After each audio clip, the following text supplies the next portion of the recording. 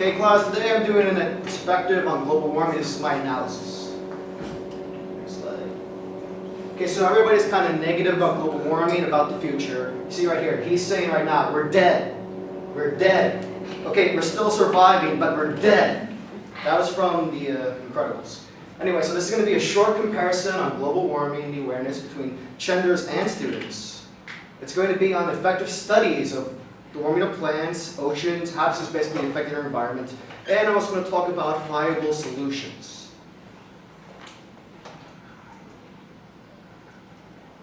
So right now, this is men versus women. This is a part of the Surratt study.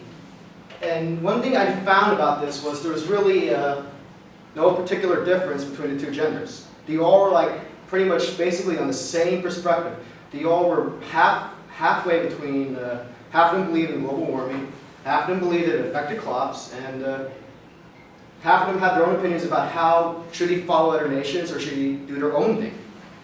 So it just made me wonder why he compared the two genders to begin with. But he did get his point across that the vast majority of both genders agreed that insufficient efforts were taking place, that nobody is really doing anything. So, like I said, I wondered why.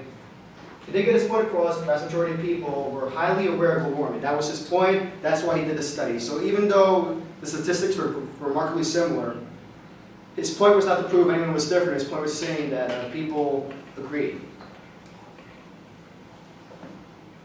Now, anyone ever hear of the 1987 Montreal Protocol? This was about the CFC emissions, you know, the things that were eating the ozone layer, the video you heard earlier. These CFC emissions were found to be very detrimental to the environment, and they caused that giant hole in the ozone. The protocol actually has certain loopholes that people can get away with. They're called HCFCs. They're different than CFCs and are less dangerous than CFCs. But the purpose of the protocol was a 50-year recovery plan to get the hole in the ozone back to normal standards, like get it to shrink. But with these ozone-free of these substances, it would gradually shrink. However, Alasdair Doyle, he did this article about this. He was an environmental smart. He found that there are 4 new chemicals that are in the air that have been around since the 1960s that nobody knew about. And it's actually pumping 74,000 tons annually into the atmosphere. So the hole in the ozone hasn't really been shrinking. And nobody's really doing anything about it because we just cannot figure out if they're the loophole, part of the loopholes, they're HCFCs, but the fun part is it's really not as bad as it was in the 1980s when the CFCs hit their highest in peak. So while it is alarming that there's still problems going on in the ozone that's not shrinking, it's not as bad as it was. And it's 500 times. This is Martin Chipperfield. He was a professor at the University of Leeds. He said that the combined CFCs are 500 times smaller than the main ozone-destroying ones from the 1980s. So Alasdair really gave no opinion because it's like an academic article or a report. But I just want to point out the hole in the ozone is bigger than the United States and Russia combined. So I'm sure you guys already knew about that. Bigger than 2 continents.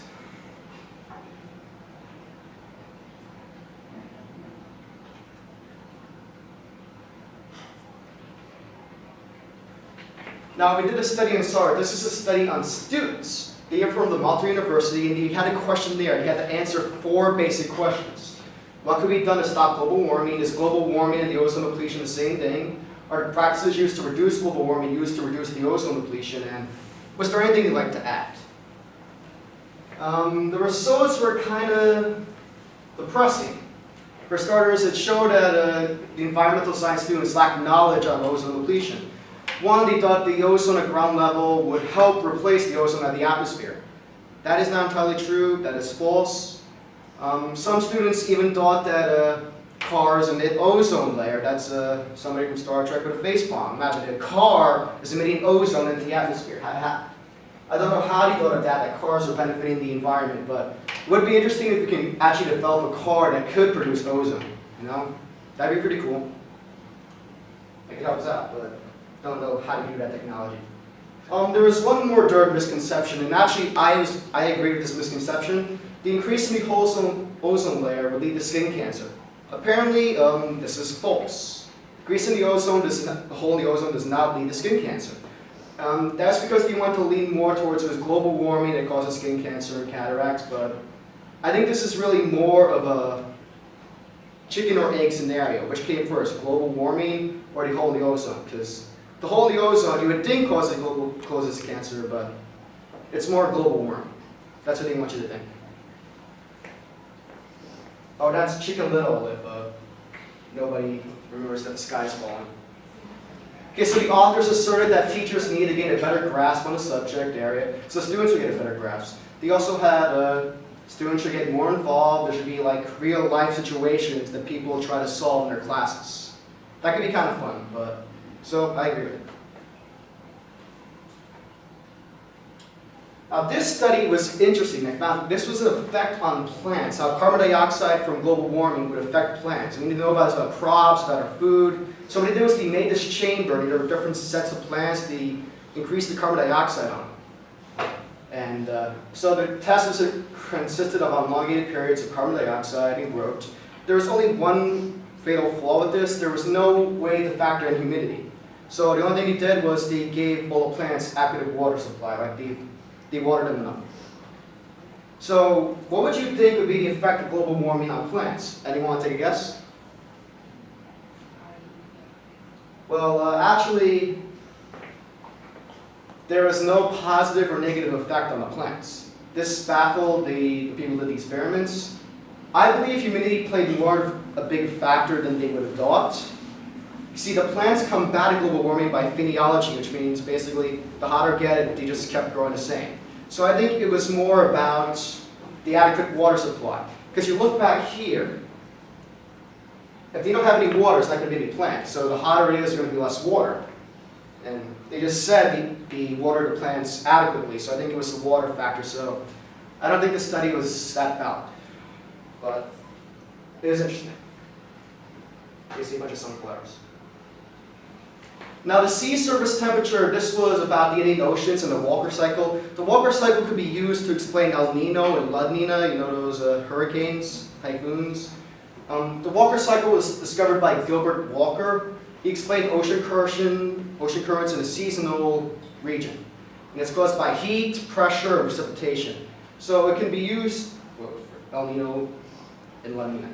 But basically the Walker cycle was increased precipitation and changed. He wanted to stress that the ocean was getting just too hotter. And that's why the Walker cycle was changing. It was a very lengthy book. It was really like one of those giant textbooks you find online, which is why it was difficult to uncover the context. But if you want to learn more about ocean currents, here is another link. Open. Controls.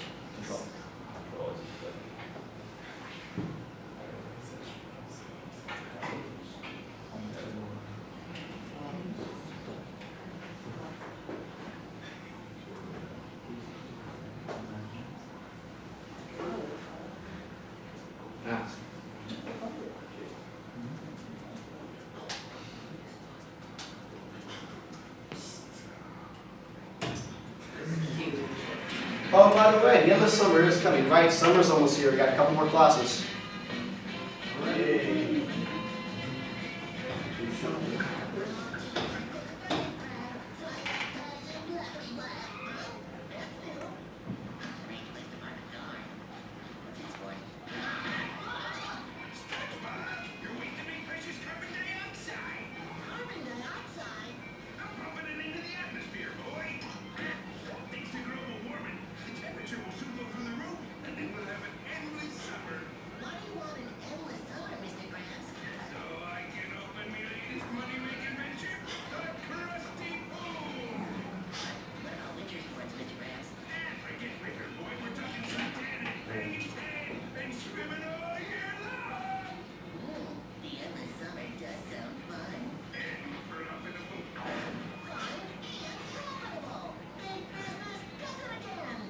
SpongeBob's on board.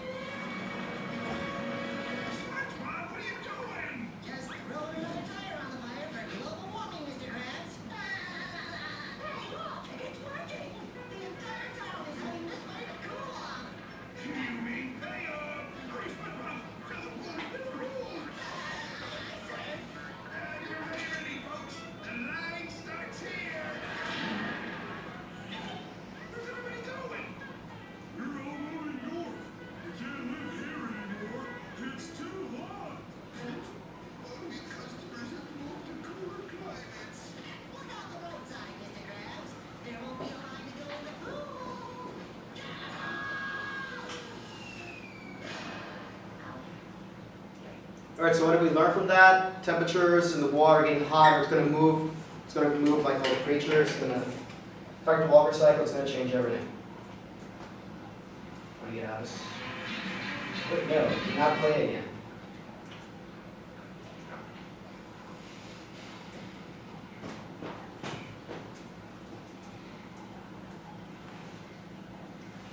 Okay, at this point of presentation, we are going to take this to a whole new level. We're going to another planet, namely Mars. Okay, so Perkins, he did this whole thing about the Mars surface is darkening, and also the polar ice caps are melting. Here you see an alien boxing a polar bear. Don't ask me why I put it in. So here's just some evidence. These were Viking probes from the 60s. Mars is relatively getting darker. So the Martian ice caps are melting, but compared to Earth's frozen water ice caps, their ice caps are made of carbon dioxide. So when they melt, the carbon dioxide gets let loose, and they lost tons of carbon dioxide, just tons of it. He gave no standpoint on it. This was another academic one, but I think it's no coincidence that Mars and Earth are experiencing the same problem. And he's not the only source I cited for this.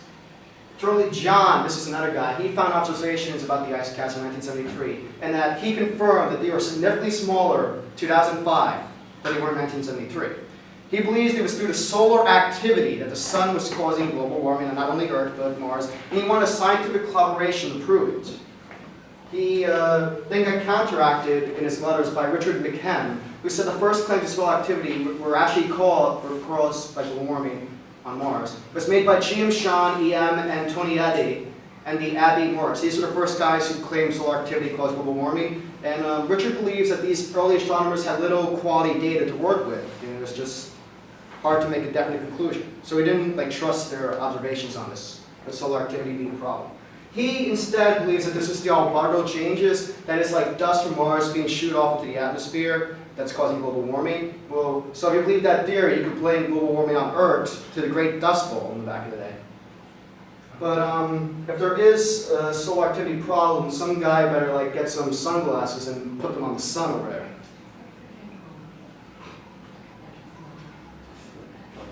Okay, so speaking of the Dust Bowl, let's go back to how this is affecting agriculture.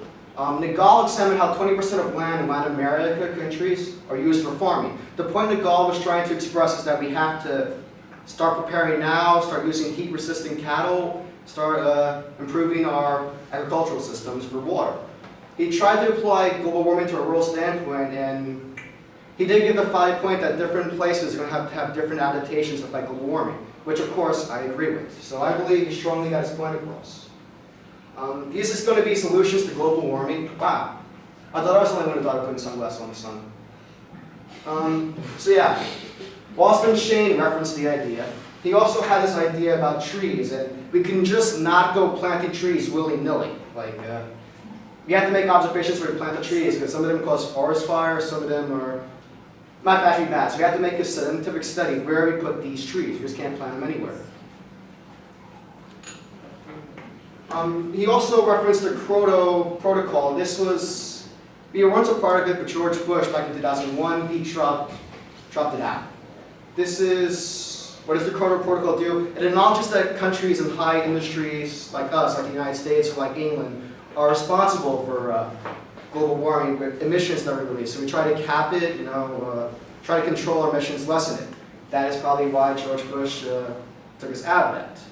But in the future, America will return to this idea that we have to be responsible for emissions, and cap and trade and gas will put higher taxations at the pump.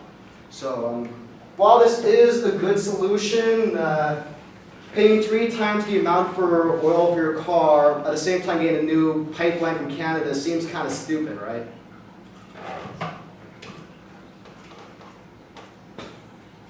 My final solution, that was solar sails by Roy Kennett. Kennett, he actually tried to argue that solar sails are the only thing we need to stop global warming. He said that a drop in the sun temperature, this was the Mandarinium back in the 16th, 17th century. He said that a drop in the sun's temperature caused the ice age back then. So his idea is that solar sails attached to solar shields, circling the Earth at the same orbit of the planet, but a semi-axis, a small semi-axis, can lower the temperature to whatever we want. We could even continue pumping greenhouse gases in the air because it's just cooling down because of solar shields. Well, I do believe that is a solution. I don't think that's the only answer, because even if he stops global warming with that, there's still going to be a hole in the ozone, there's still going to be pollution. And this is just going to be my conclusion, my summary of what to do to stop global warming. First, we got to recycle. I mean, stop burying your waste underground. I know there's no scientific evidence to prove that it's detrimental, but sooner or later we're going to need those resources again, the waste material. We're going to have to dig it up, and it's going to get really stanky. So, while we're at it, we better clean up the ocean. There's a giant garbage island the size of a continent, so somebody should work on that also. When it comes to oil, I can't find any solution to oil, the oil epidemic, because you do know when we're out of oil, we're all dead, right? So scientists, find another way for us to get energy. When it comes to planting trees, again, just be more scientifically careful when you're planting trees. I think the solar shields would help out a lot. When it comes to the ozone layer, we gotta do something with the ozone layer. We gotta find out what those CFCs, the HDFCs are, and stop them while we can, because while they say it doesn't cause cancer, I think it does. So we just gotta get our act together. That is all. Thank you for your time.